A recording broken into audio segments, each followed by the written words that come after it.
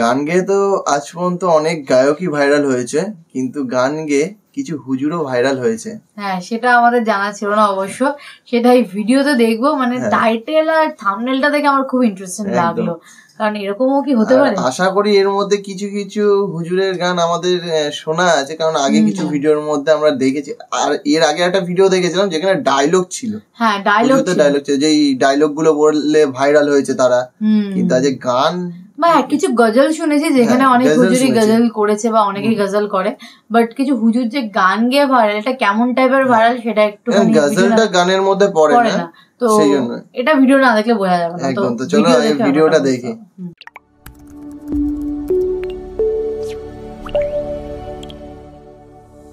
मेरी झलक शरफी सी बल्ली ने नाम पुरुगंध बनाइला की दिया टाने टाने मजा पाई। বাংলাদেশে প্রায় বিভিন্ন সময়ে বিভিন্ন আলেমকে আলোচনা সমালোচনায় থাকতে দেখা যায়, যাদের ভালোবাসে অসংখ্য সাধারণ মানুষ। কিন্তু এই আলেমদের কাজের জন্য পড়তে হয় তোপের মুখে। তারা মাঝে মাঝে ভাইরাল হয় বিভিন্ন কর্মকাণ্ড দিয়ে, কেউ ভাইরাল ডায়লগ দিয়ে, কেউ হয় কমেডি করে, আবার কেউ ভাইরাল হয় গান গেয়ে। তারা ওয়াজ মাহফিলে কী যে করে তারা হয়তো নিজেরাও জানে না। তবে আজকে আমরা এমন কয়েকজন হুজুরকে দেখাবো যারা গান গেয়ে বেশি ভাইরাল হয় জনসাধারণের মাঝে। তাহলে চলুন দেখে নেওয়া যাক গায়ক হুজুরদের। প্রথমেই দেখাবো বাচ্চু আনসারীকে। রাত্রি পোহাইবা রাগে বারবা গানে আসিও, আসল বিষাইয়া দিবই আমার পাশে বসিও, গাইও আমার প্রেমের গান।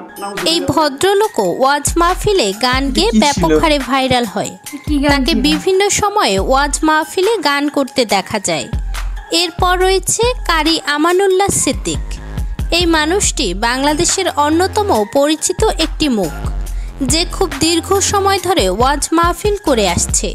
এই মানুষটিকেও বিভিন্ন সময়ে বিভিন্ন ওয়াজ মাহফিলে গান করতে দেখা যায়। আসলে গিয়া দেখি পুরুষ মানুষ না, এটা হলো আমগো পাড়ার মিসি জরি না আপা। তার এখন পর্যন্ত অসংখ্য গান ভাইরাল হয়েছে।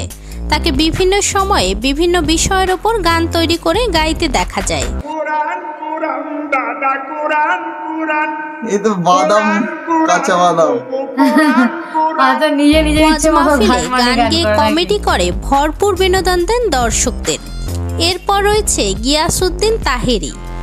বাংলাদেশের অন্যতম আলোচিত সমালোচিত আলেম গিয়াসউদ্দিন তাহেরি, যাকে বিভিন্ন সময় ভাইরাল হতে দেখা যায়, যার ডায়লগগুলো সবসময় ছড়িয়ে থাকে সোশ্যাল মিডিয়াতে, যার প্রতিটি ডায়লগ ভাইরাল হয় আগুনের গতিতে, যার প্রতিটি ডায়লগ দিয়ে তৈরি হয় নতুন নতুন গান। ডায়লগ কিংবা কমেডি সব ক্ষেত্রেই তাহেরি সেরা। তবে তাহেরি তার গান দিয়েও ব্যাপক ভাইরাল।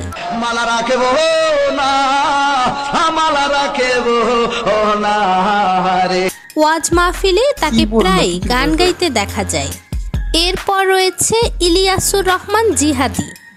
যে সকল আলেম সোশ্যাল মিডিয়াতে ব্যাপক জনপ্রিয়, তার মাঝে ইনি একজন, যাকে বিভিন্ন সময়ে বিভিন্ন বক্তব্য কিংবা ভাবভঙ্গি দিয়ে ভাইরাল হতে দেখা যায়। জিহাদি সাহেবকেও মাঝে মাঝে দেখা যায় বিভিন্ন গানের সুর তুলতে।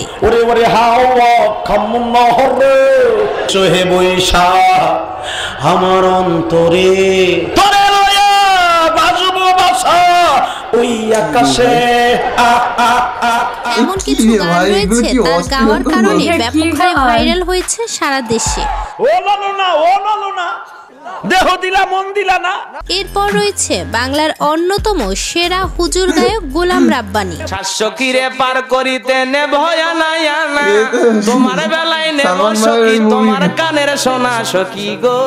যাকে সব সময় কম বেশি ওয়াজ মাহফিলে গান গাইতে দেখা যায়।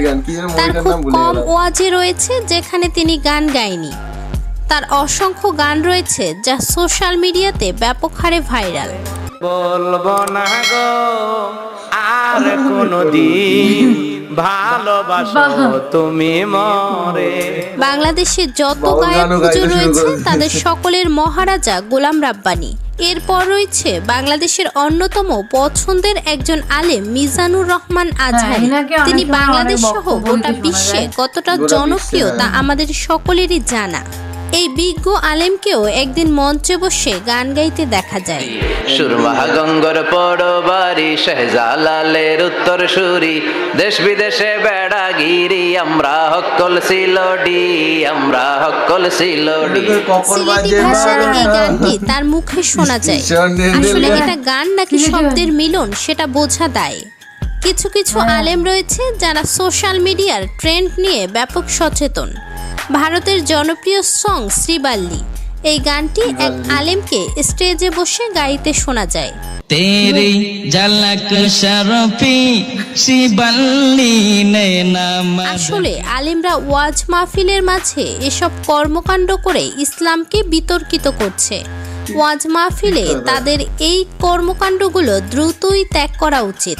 একদম ঠিক কথা, ঠিক বলেছে।